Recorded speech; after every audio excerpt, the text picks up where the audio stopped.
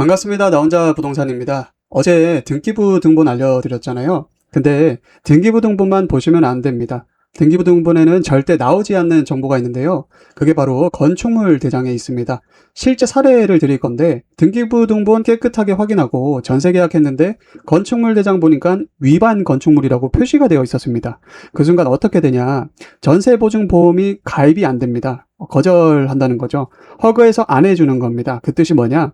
내 보증금 보호가 안 된다는 뜻이고요. 오늘 세 가지 알려드릴 겁니다. 건축물 대장이 뭔지, 위반 건축물이 왜 무서운지, 두 서류가 다를 때 어떻게 대처하는지에 대해서 영상을 다뤄보겠습니다. 먼저 서류를 비교를 좀 해볼 건데요. 어제 배운 등기부 등본, 법원이 관리합니다. 소유자, 근저당, 압류 같은 법적 권리관계가 담겨 있고요. 인터넷 등기소에서 700원에 발급받으실 수 있습니다. 근데 건축물 대장은 다릅니다. 건축물 대장은 지방자치단체, 시청, 군청, 구청이 관리합니다. 그리고 정부24에서 무료로 발급받으실 수 있고요. 담겨있는 내용이 다릅니다. 등기부 등본이 법적 권리라면 건축물 대장은 물리적 현황입니다. 이 집이 몇 층짜리인지, 면적이 얼마인지, 용도가 주거용인지 상업용인지, 그리고 위반 건축물인지 아닌지 여기서 핵심이 나옵니다.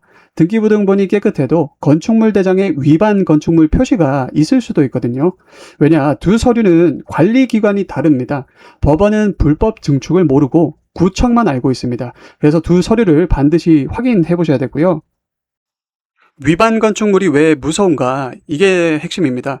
위반 건축물이 뭐냐? 건축법상 허가나 신고 없이 임의로 증축하거나 용도를 바꾼 건물인데요. 대표적인 사례로 옥탑방을 허가 없이 지은 거, 베란다를 불법으로 방으로 만든 거, 근린생활시설을 주거용으로 몰래 쓰시는 거, 이게 건축물 대장에 위반 건축물로 표시가 됩니다. 위반 건축물 집을 계약을 하시게 되면 첫 번째로 생기는 일이 뭐냐? 은행에서 담보대출을 안 해줍니다. 집 살 때 잔금 대출 계획하고 있었다가 위반 건축물이라 대출이 거절되면 잔금을 못 치릅니다. 계약금 날리고 계약이 파기가 되는 거죠.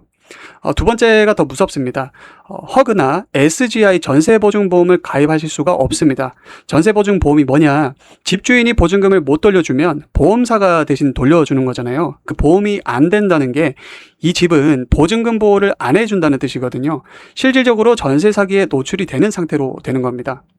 세 번째는 이행 강제금인데 구청이 위반 건축물에 매년 1, 2회 이행 강제금을 부과하는데요.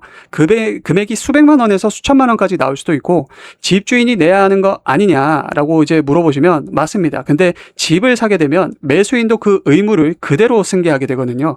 모르고 샀더라도 내야 됩니다. 네 번째는 경매로 집이 넘어갔을 때인데 집이 경매로 팔렸다고 칩시다. 낙찰받은 사람이 새 주인이 되잖아요. 근데 위반 건축물 부분은 철거 명령이 내려질 수도 있습니다.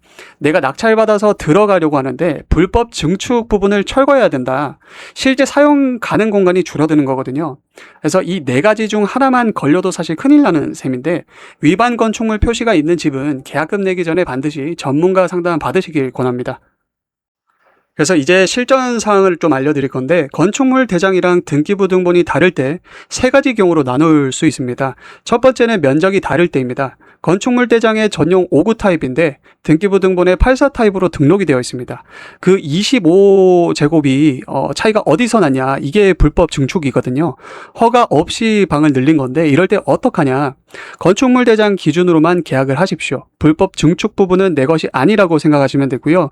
두 번째는 용도가 다를 때인데 건축물 대장의 근린생활시설인데 실제로는 주거용으로 쓰고 있습니다. 이것도 왜 위험하냐? 근린생활시설로 등록된 건물에는 경우에 따라 전입신고가 안 되는 케이스가 있습니다. 전입신고가 안 되면 대항력이 생기잖아요. 대항력이 없으면 집이 경매로 넘어가도 내 순위가 없어집니다. 계약 전에 전입신고 가능 여부를 반드시 주민센터에 확인하셔야 되고요. 세 번째는 소유자가 다를 때입니다. 건축물 대장 소유자는 A인데 등기부 등본 소유자는 B입니다. 이건 미등기 전환 문제이거나 명의 혼재 상황이에요. 이럴 땐 반드시 등기부 등본 기준으로만 계약하셔야 되고요. 왜 소유자가 다른지 명확하게 확인을 받지 않으면 계약하시면 절대 안 됩니다. 발급 방법은 간단합니다. 정부24에 접속해서 건축물 대장 검색하면 무료로 발급 받으실 수 있고요. 언제 봐야 되냐?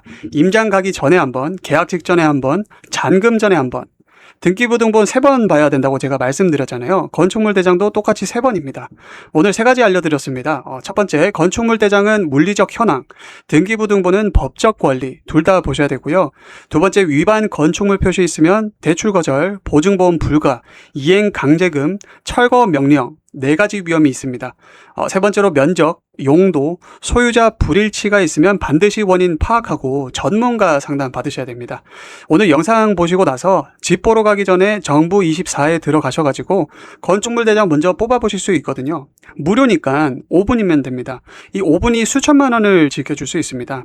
계약 전에 우리가 확인을 해야 할 서류들 어떻게 읽는지 좀 헷갈리시는 분들 설명란에 저희 오픈 채팅방 무료로 도와드리고 있거든요.